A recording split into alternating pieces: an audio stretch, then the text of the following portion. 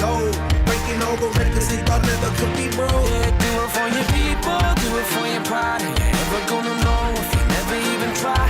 Do it for your country, do it for your name. Cause there's gonna be a day when you're standing in the Hall of Fame. And the world's gonna know your name. Cause you burn with the brightest flame. And the world's gonna know your name. And you'll be on the walls of the Hall of Fame. Be a champion. Be a champion. Be a champion. Be a champion. Walls of the Hall of Fame. Be students, be teachers, be politicians, be preachers. Be believers, be leaders, be astronauts, be champions, be truth seekers. Be students, be teachers, be politicians, be preachers. Be believers, be leaders, be astronauts, be champions. Standing in the Hall of Fame. And the world's gonna know your name. Cause you burn with the brightest flame. And the world's gonna know your name. And you'll be on the walls of the Hall of Fame. Be a champion, you can be the best. You can be a champion, banging on your chest. You can be a champion, you can be the world. You can be a champion, banging on your chest. You can be a champion, you can be the cup. You can be a champion, you can break rocks. You can be a champion, flow on the nut. Dedicated champion, standing in the Hall of Fame. That's right. You could be sitting in the Hall of Fame and the world will know your name. Good evening, Ghana, and welcome to Personality Profile here on Joy 99.7 FM. Look, I look forward to these conversations because every Thursday evening we have amazing guests. We have people who are shaping the nation, people who are doing great things for Mother Ghana, and we get to walk in their shoes for an hour. Yeah. Tonight, I have one such wonderful guest for you. We explore the journey of a man who has spent life studying the power of words. Yeah, and eventually found himself using those same words to inspire minds, shape institutions, and lead. Yeah, for him, communication has never been simply about speaking. Yeah, it's been about influence. It has been about leadership. It's about the ability of language to meet people, to move people, transform societies, and build our nation.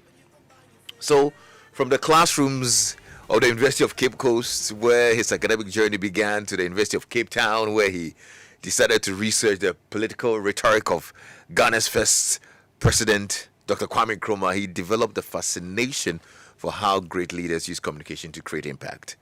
But beyond this scholar is a leader. Former head of department, former president of the University Teachers Association of Ghana, former rector of the Ghana Institute of Journalism, and today he sits as the vice chancellor of the University of Media, Arts and Communication, UniMac. Yeah, he's leading a university with a very historic responsibility, bringing together the legacies of the Ghana Institute of Journalism, NAFTI, and the Ghana Institute of Languages, and that's an arduous task. But he's up to it, and he's doing it proudly. Today, we go beyond the office of the Vice Chancellor to discover the man before he became the professor, the student before he became the scholar, and the dreams before the titles, and of course, the challenges behind these great achievements. My guest tonight is an academic, communication scholar, institution builder, and the Vice Chancellor of UniMac, Professor Eric Opoku Mensah. Prof. Good to see you, sir. Thank you. And good to see you, too. Now, I need to say you're looking so good today. I mean, wow. Thank you. Prof, and then what to shine? I'm trying to learn from you. So good to see you, and congratulations on all that you're doing with the UniMac. Yeah. I'm sure it's been pretty busy, hasn't it? Yes. So far as this work is concerned, yeah. Every day when you are sleeping, as long as you're passionate about the work, you'll be thinking even through your sleep. Really? By God's grace, we soldiering on. I'm curious. What are some of those things that keep you up at night, that wake you up? Like, what could they be? Particularly for an old but young university, as you rightly indicated. These three institutions have a long history. Yeah. But 2020, through an act of parliament, government put the three institutions together.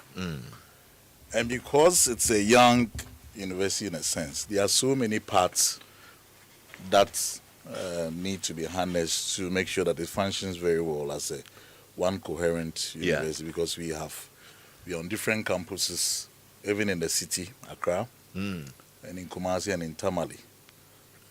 These are three different institutions with different cultural backgrounds, institutional practices.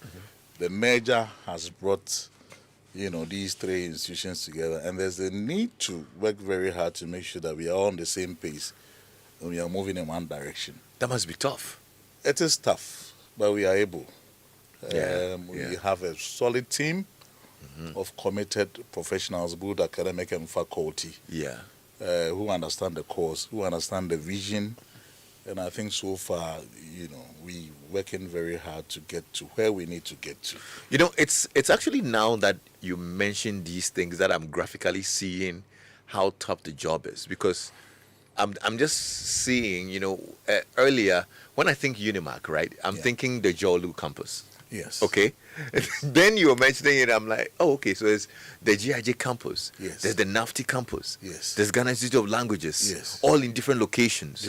But they're supposed to be under one umbrella. Yes. Wow.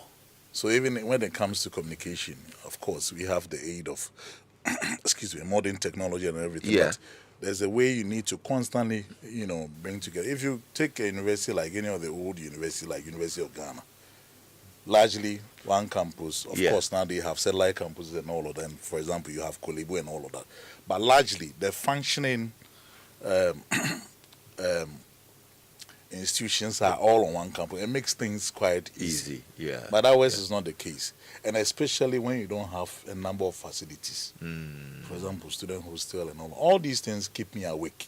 Wow. Together with management. But day by day, we keep on pushing to make sure that we do things that would make enhance teaching and learning.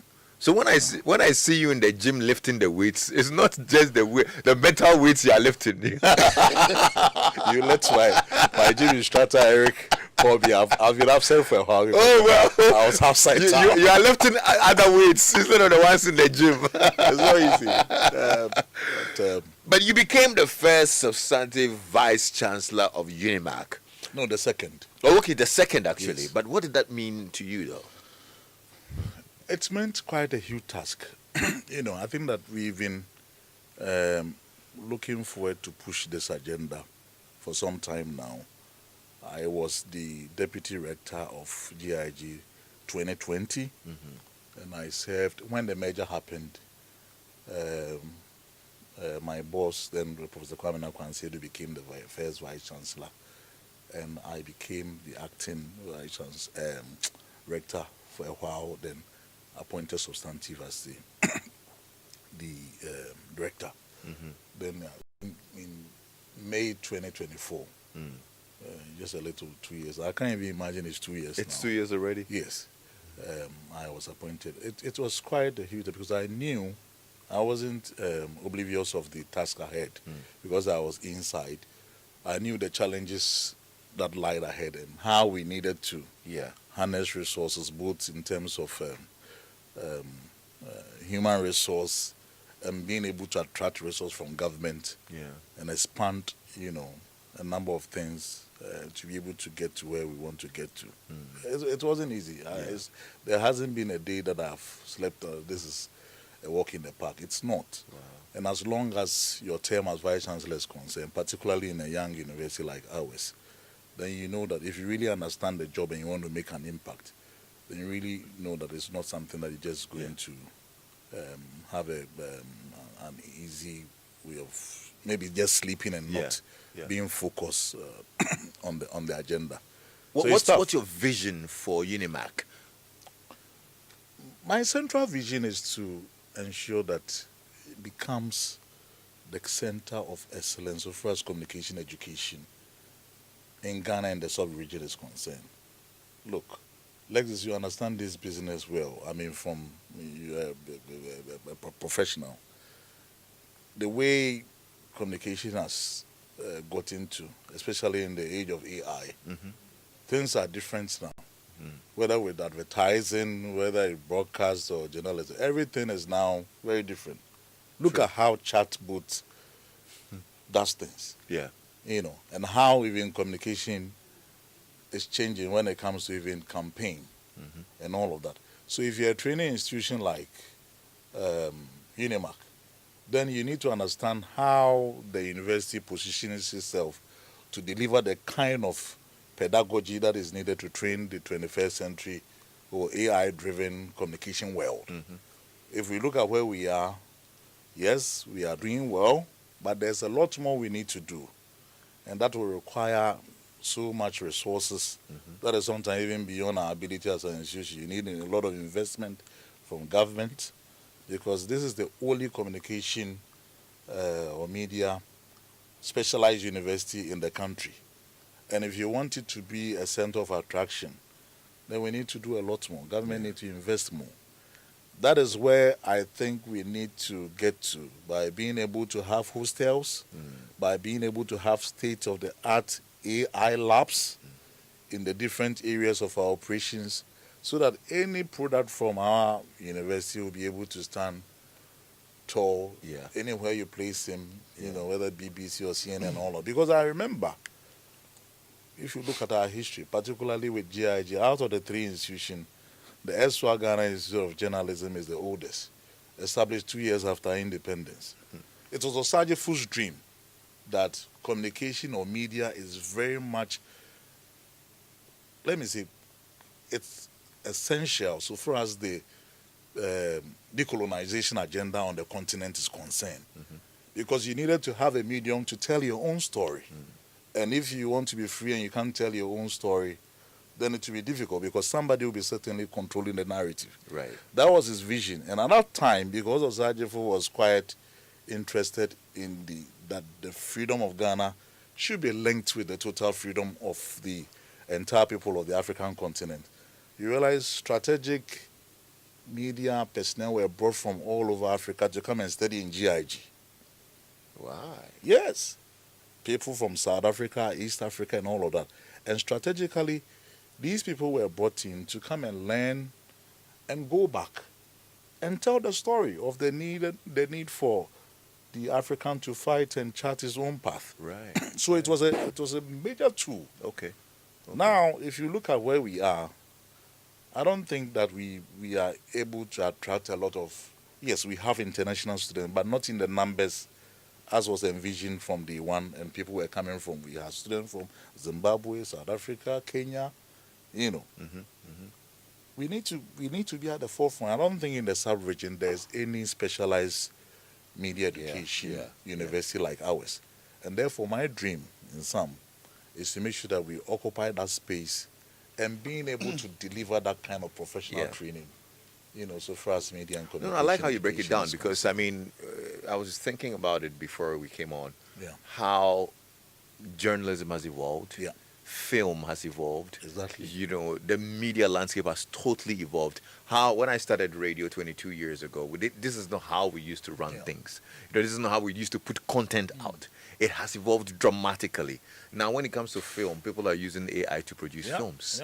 You know what I'm saying? So it means for you, the task is so critical. Yes. Because you need to keep up with the technological advancements in all of these departments, and it is very timely as well. Yes.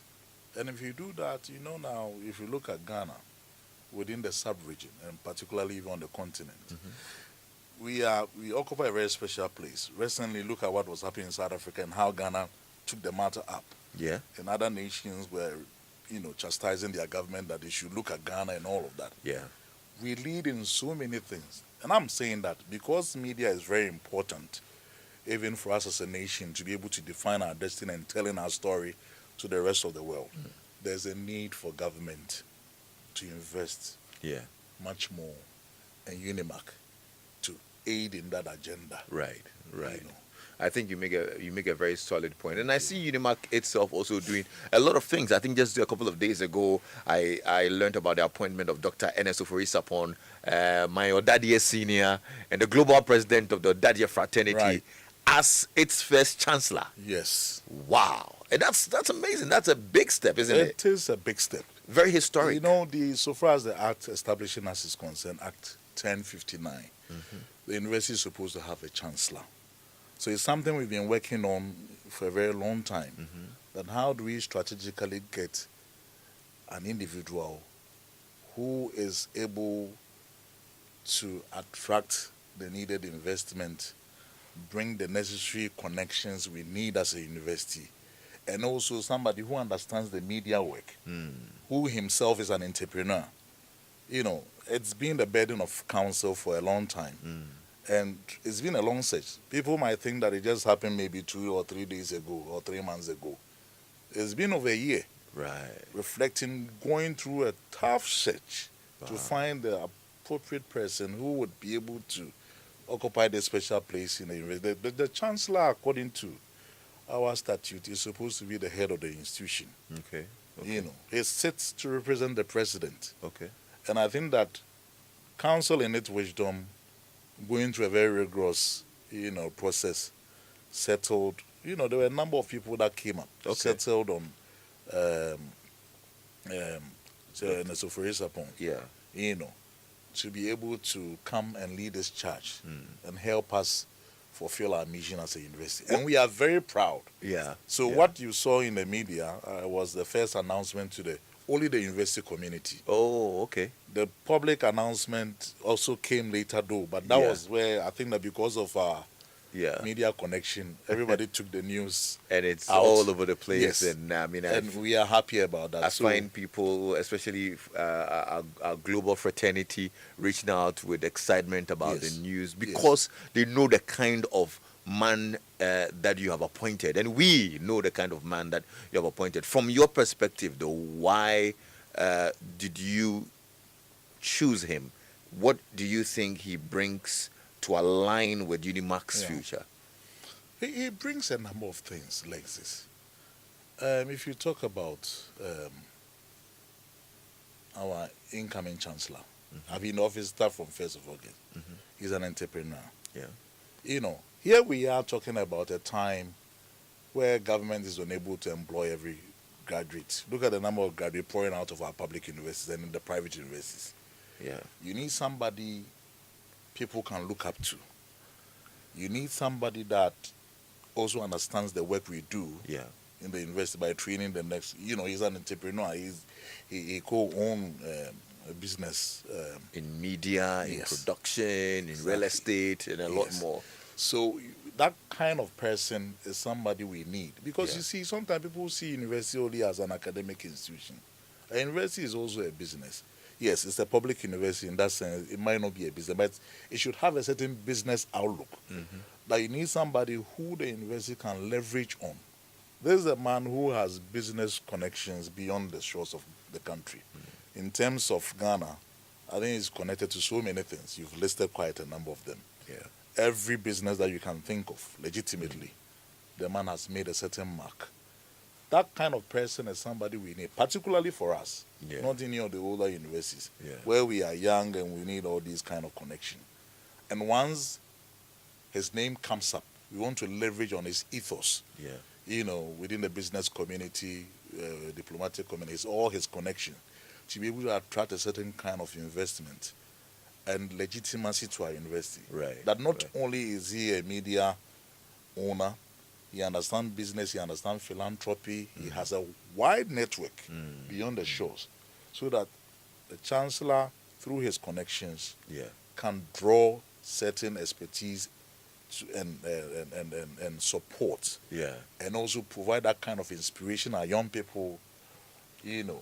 Because for example, is somebody who started, you know, he started from down there, doing all kinds of things. If you hear his story, it's most fascinating. He's actually been on this platform, on Personality Profile, to tell the story. And it's a very inspiring story. And for me, it's one of the things that makes me happy about his selection as well, because not just the fact that he has a story that he's willing to share to motivate and inspire the young generation, but also he's a great believer in academia.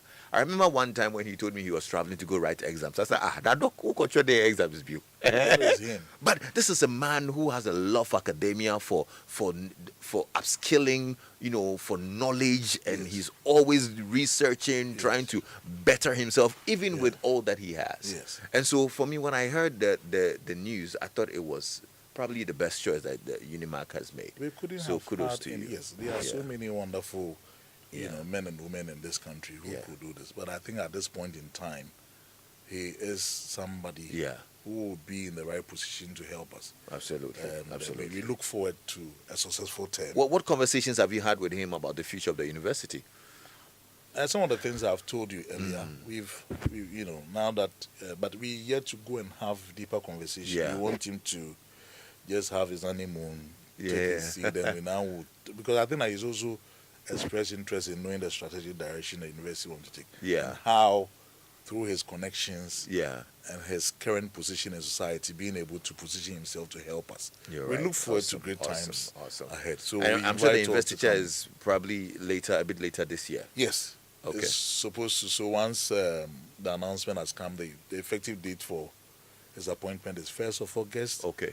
And we look forward to him being invested in office.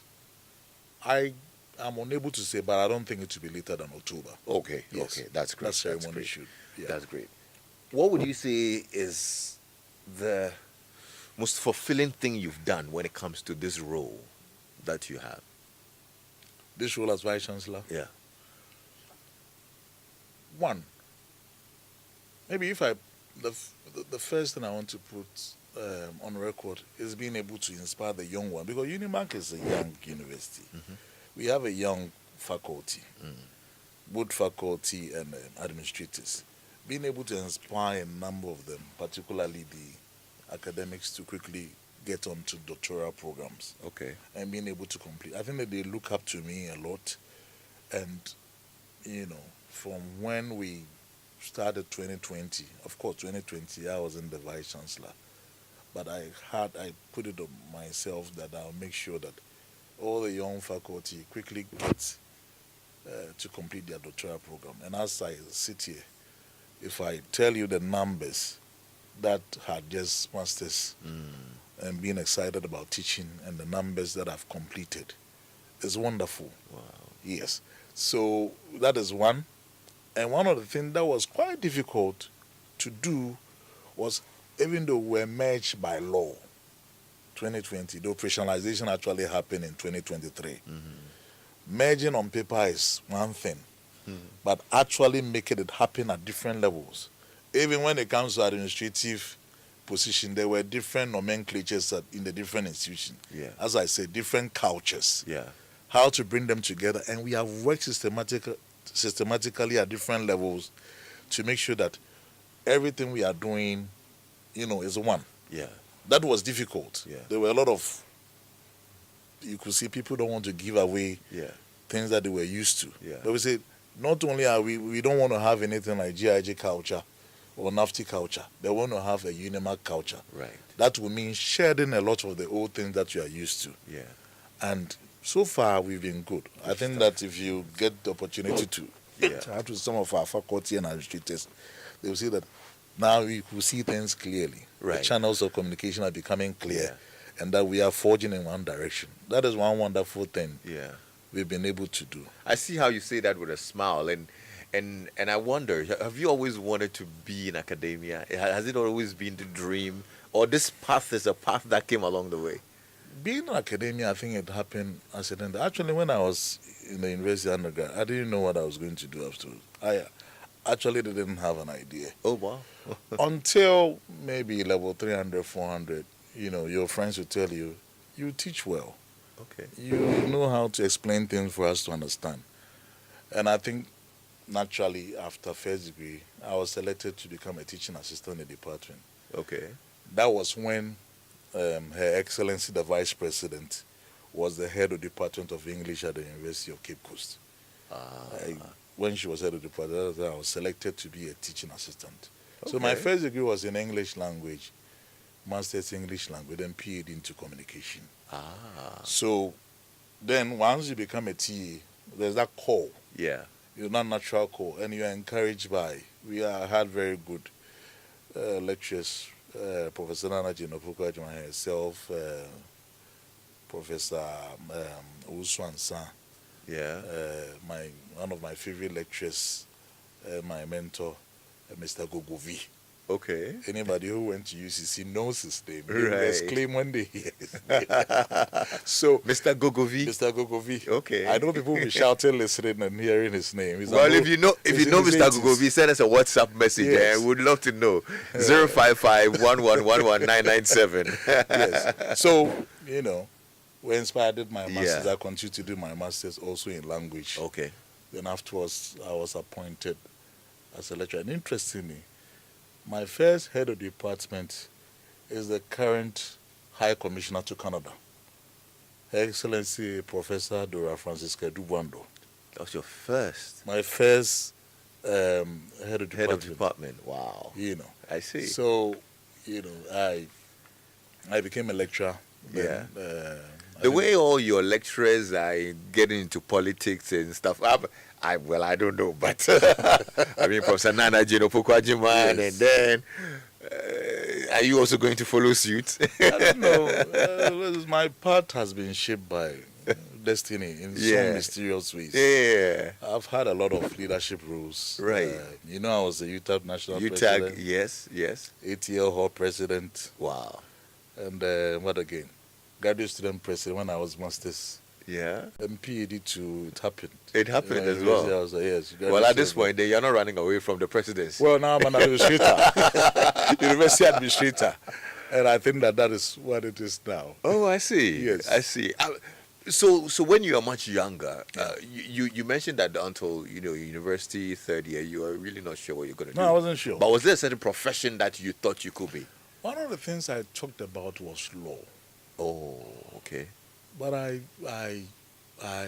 really didn't get into it after first degree. I felt if I needed to get Yeah. into it, that was the best I didn't get. And I think that once I finished my master's and I started my career, then it carried on. It carried on from there. Yeah. And I remember when I got admission to University of Cape Town to go and read political rhetoric. It's an aspect of communication. It was quite late, and it was Professor Nanaji Opoku Mensah who made sure that I was funded to go and do it. Wow. So I owe a lot to her. Yeah. I've said this on different platforms, and I think that probably if she hadn't done that, I wouldn't be sitting here. Wow. So once again, I want to say thank you to Her Excellency, the Vice President of the Republic. She was indeed a mother, Yeah. not only an academic teacher, but an academic mother. Right. I should say so. Were you Yes. surprised to see her take up that role?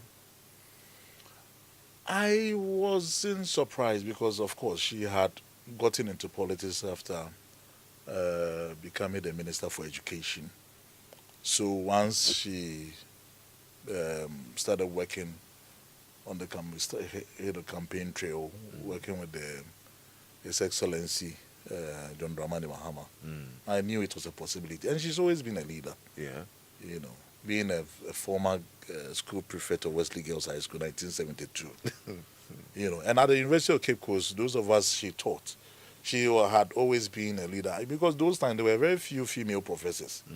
And if you count the professors at the top, most times you find that she was the only female. Okay. So being the first female vice chancellor, Yeah. She's been a trailblazer. So Yeah. I'm not surprised. Once she got into politics, nobody knew. I knew there was no limit as to where she can Yeah. get to.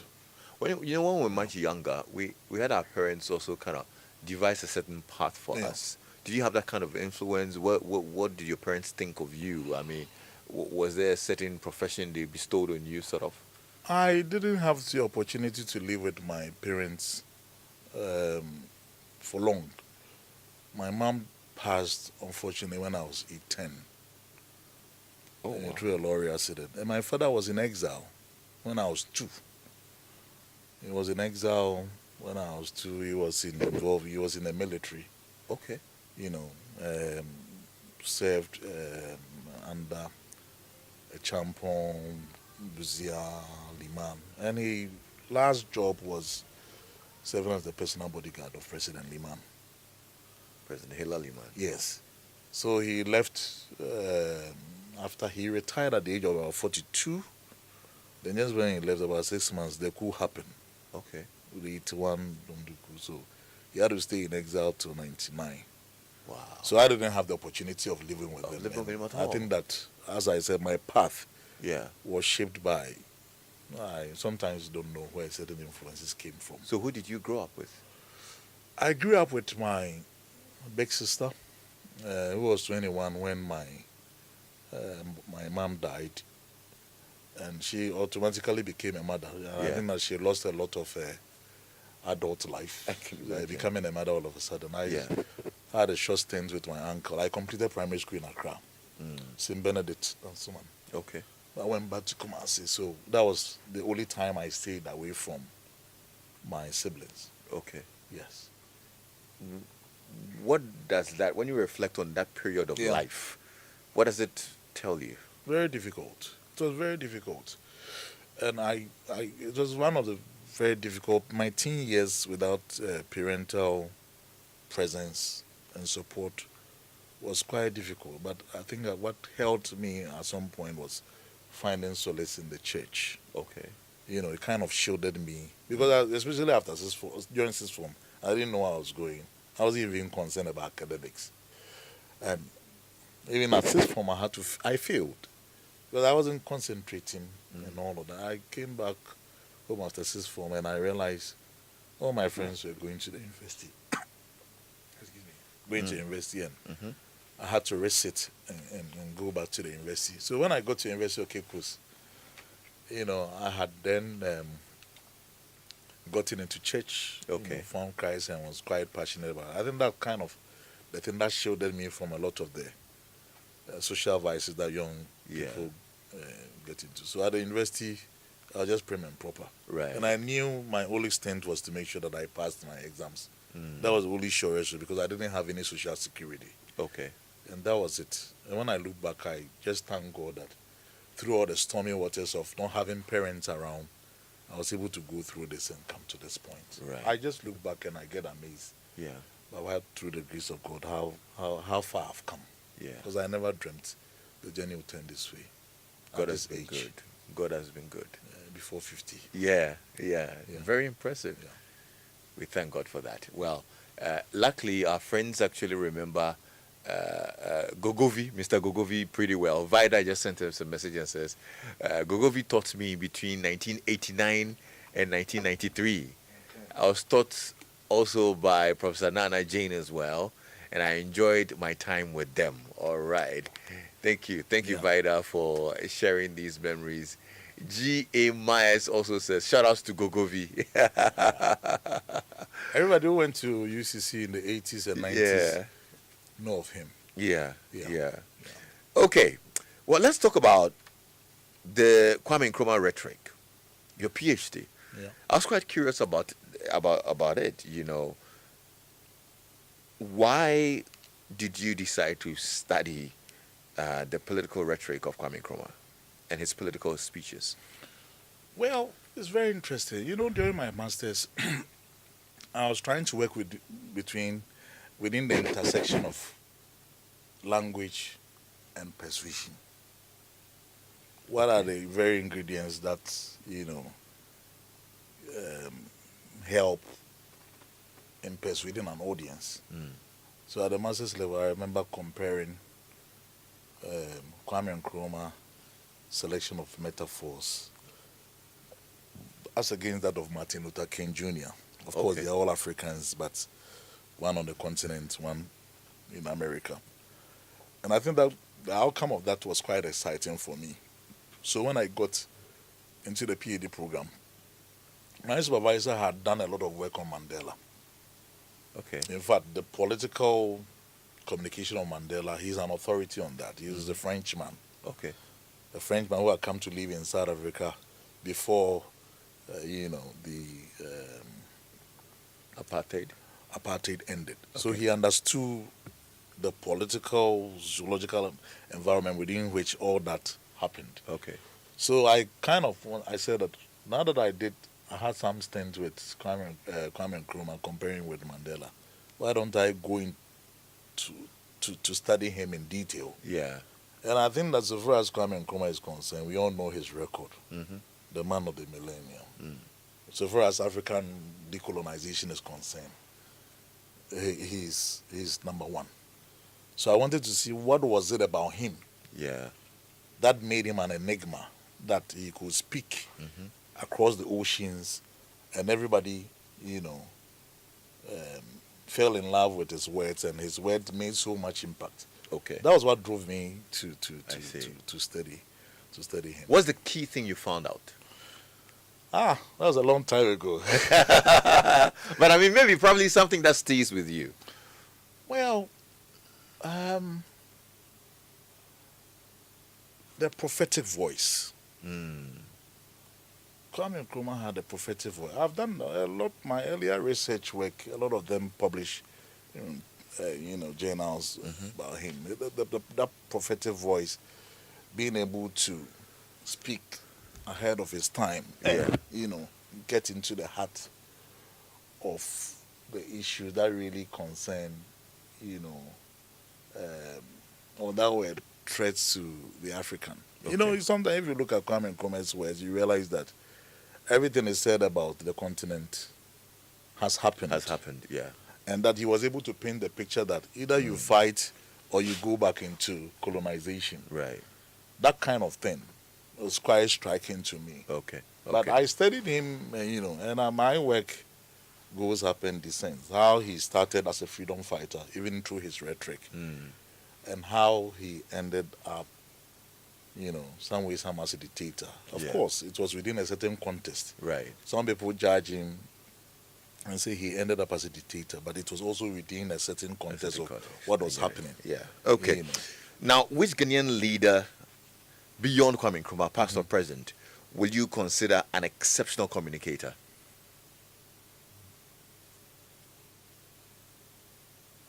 Beyond Kwame Nkrumah. Yes. This is a very difficult question, and there are so many dimensions to it. Okay. And people might misinterpret me when I say this. I remember giving a lecture before the 2016 elections, Right. and I said something, and people took offense. What is it? When it comes to communication, independent of the other things, right? Communication. We are talking about communication. Yes. I would say somebody whose communication get down very well, so far as public discourse is concerned, has been President John Mahama. Yeah. You may hate him for other things, but so far as communication is concerned, and I think that beyond that, it's also not surprising that he's also a communication. Yes, he was a communicator. Yeah. Yes. One of the things that attracted me to Akufo-Addo's communication, the most excellent part of his communication during his 8-year presidency, was during the time of COVID for me. Okay. Yeah. The way the communication was planned. and structured. It was quiet. And even delivered. Yes. Yeah. It held the nation together. You could see all of us were following the presidential voice. Right. And getting that direction. That was a high point. Okay. But generally, now having a second term Yeah. and being able to compare, I think that President Mohammed's communication gets down to the ordinary person. Right. And sometimes he's speaking in very simple terms that Yeah. it's ordinary. It's like having an uncle or Yeah. a big brother having a conversation with you. Yeah. That for me, within the context, of our politics, is quite good. It makes No, I messages totally go down. agree with you. I mean, he's always had, the communicator vibe. But in recent times, I'm actually even realizing that people are even analyzing more of his non-verbal communication more. How he's able to relate to people, how he communicates with people, even in certain settings. You would see him get out of a car and his security detail will hold an umbrella over him and he will just take it from you and like, give me and let me hold my thing. He communicates down to Obama the had ordinary that. person. Obama would just take there's rain, they get out of the helicopter on the south lawn of the White House. Yes. And he would open his umbrella and the ladies is getting down. those non-verbal aspects Yeah. is very good Yeah. for any president, because not only should you read prepared speeches, Absolutely. but what you communicate when you see children, how you handle the people around you. Right. I think that they demonstrate your values. And I think that if there is anybody who is handling presidential communication, for me, emphasis should be placed on those On the those prepared, things. because everybody knows no president writes his speeches. Right.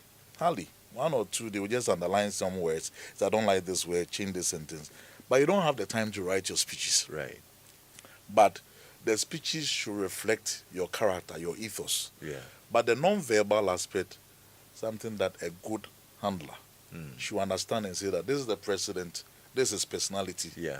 How do I handle, like when he steps on the stage, where should he go, which direction should he go? If there's a child in front, should he go and pick the child so that it signals fatherliness and all of Yeah. that? Those aspects are things that in our politics sometimes I think we don't handle very well. Maybe they're underplayed, but it Yes. looks like But President Muhammad is doing it with yes, cheeky I think, ease. yes, I you think know, he's had that Yeah. a long time. even so much so that now Appreciate in so much of his speeches, he's making jokes.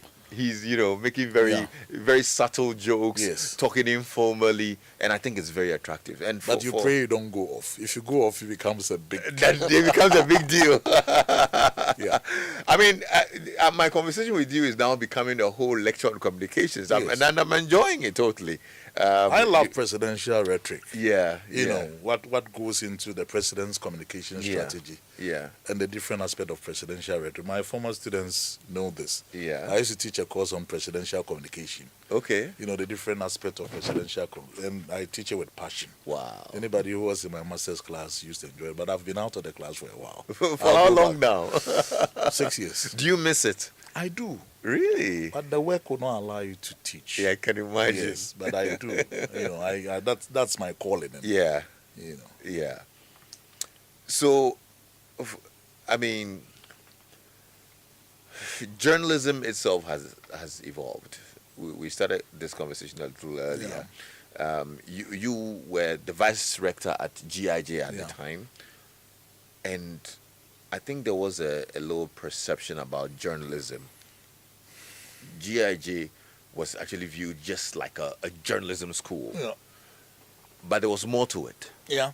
In your opinion, did it limit it? Did it limit GIJ? And the journalism itself, did it evolve beyond what was being taught? You are talking about Ghana Institute of Journalism. Yes. Well, This was before you transitioned By into UniMac. virtue of his name, you know, the core area for the institute was journalism.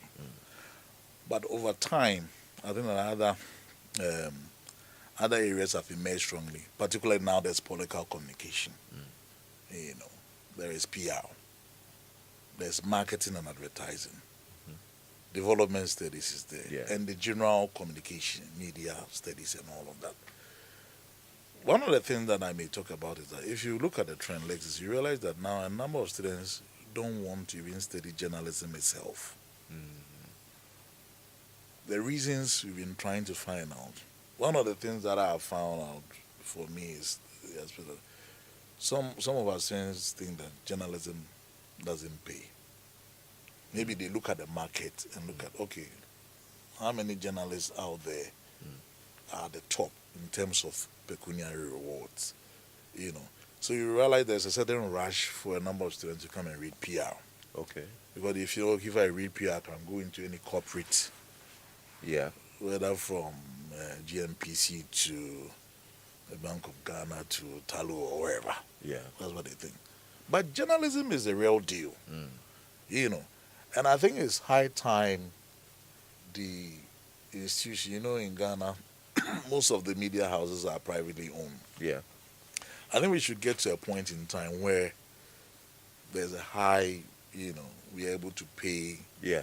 you know, so that people will move back into journalism. Because the world shakes with journalism all around the world. I look at Farid Zakaria and all these people. Yeah. Maybe after studying different things, they come to journalism. Yeah. So for some of them, they don't even learn journalism, but they do other things. And I think that if you have even studied, excuse me, different things, and you come to the practice of journalism, you come in with a certain understanding. Imagine somebody who studied economics or law and comes in and he's able to break things down and brings a clear understanding of the issues to the audience in a very special way.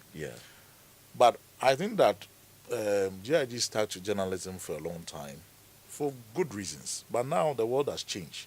But for me, the current challenge even for UniMac is that because we are a specialized university, everybody looks at our name and feel that, okay, you are media, communication, and language institute. You shouldn't branch into economics. You shouldn't branch. We are not too free to get into something like medicine because our name, UCC started as a education university, but now they do everything that Legon does, from pharmacy to law. I think engineering and all that. They are getting into that. Here in university are doing all the humanities. University of Ghana doing same. Now, when we are constricted by virtue of the law establishing us, then if you are not careful, it affects because others are doing what you are doing. Okay. But we are not. We don't have the free hand by virtue of our law to go into other areas. But the important thing is that if you are known as a specialized university, my vision and wish is that we do that so well that anybody who wants to read anything concerned with media, communication, and language will come. You see us as the gateway. Right. So we have had our history, but I think that we are poised to move forward. And fulfill our calling. Awesome. What legacy would you want to leave? I want to leave a strong communication university that is leading research so far as Ghana is concerned and beyond, and also having the state-of-the-art, infrastructure, not only accommodation for students, but also being able to enter into a studio and say that this is the state-of-the-art studio, AI studio, for broadcast, whether it's for gaming and all of that. So that every young person who is attracted to this job, because now every person who is very passionate about this, making a lot of business through TikTok and all of that. But I think that there's the need for us to also come and learn, because sometimes if you look at some of the videos you see, even the whole the lightning and all of that, you realize that they need a stint at NAFTI. So one of the things that we are concerned about is that how do we also position and make sure that all these young people who are holding their cameras and doing their producing stuff in their bedrooms and their basements and all of that come back and polish up. Once you're able to attract that, we may be interested in research at a high level and all of that, but we should be able to influence all these areas. If the university is able to do that and position itself and shape content, quality content production, I think we will have fulfilled our mandate as a university, and I'll be very happy about that. I'll be happy to see that happen as well, and some of us are committed to helping that happen because we are passionate about this industry. This is all we've known, and we are passionate. We want to see it evolve and evolve with the times as well. And you're always a part of us. Yes, you and many others, so we are looking forward. And when we need you, we're going to call you to come and help. We are ever ready to help. Prof, thank you. Thank you so much. It's been so good spending time with you. To wrap it up, I know there are a lot of young people who look up to you. What would be your message to any young person who's listening to you, who's heard your story, your journey, your passion for transformation and all? What would you like to tell them? What I would like to say is that I think that nobody should give up. Sometimes, I think the teenage years are very difficult. Some of us were not exceptionally brilliant students, all true and true. But I think that you should know what you want and go for it. And know that once you are passionate about it and you are ready to discipline yourself, sit down and learn and focus one thing, you come out successful. That is it. It's never too late. I don't think that when somebody is a professor, it meant the person was ever excellent and never failed. Lexis, I know the time is well. Let me give, I want to use this opportunity to thank my management, my Pro-Vice Chancellor, Professor Winston Abrampa, my registrar, Dr. Oba Penyini Ofuriwedu, and all my rectors, my Director of Finance, Mr. Dugu, and all my rectors and my staff. I really appreciate them, and I enjoy the support. We are where we are because of their support. Right. And I want to thank my family and everybody. Awesome. Awesome. I got a message from Nanefua Roxon, Public Affairs Director. Director of Public Affairs. And she Shout out says- to her. She's doing a wonderful job. Yes. She's amazing. Yes. Wonderful woman. And Nanefua says, Lexis, this profound saying by Prof drew me to join UniMac. UniMac is the place where dreams take flight and creativity, innovation, and academic excellence converge. This defines what I do every day at UniMac. She's right. Nanefua, God bless you. Thank you. Yeah, wonderful. My brother Nana Benin is asking if you worked at ATL FM when you were at UCC. I was 8 years old president. I never worked at the FM. Oh, okay. Yes, I was the president of the hall, but I Yeah. never worked at the You radio. never. Okay. Yes. Victor Herman Condabry. I hope I got your name right. Victor Herman Condabry says Gogovi was my best lecturer, though he was dreaded by a host of students. That's true. Okay, all right. And then I think one more message. Yeah, but anyway, thank you so much for all your messages. It's been great spending time with you, and of course with Prof as well, who's a great leader and making sure that our UniMac. How do you say that in English? Obefan into my pefra. This one we have to go to. We have to go Mr. to Gogovi. Oh my goodness, we have to go to Mr. Gogovi. Yeah. Professor Eric Opoku Mensah is the Vice Chancellor of the University of Media Arts and Communication, and he's been my guest on Personality Profile. Thank you so much for staying tuned. I'm Lexis Bill, and we'll be back on your radio tomorrow with another edition of Drive Time on Joy. On behalf of my crew, thanks for listening. And the video for this conversation is live on our YouTube. So if you missed any part of it, you might want to go on our YouTube page and our Facebook page as well and watch this very insightful conversation. Enjoy your evening.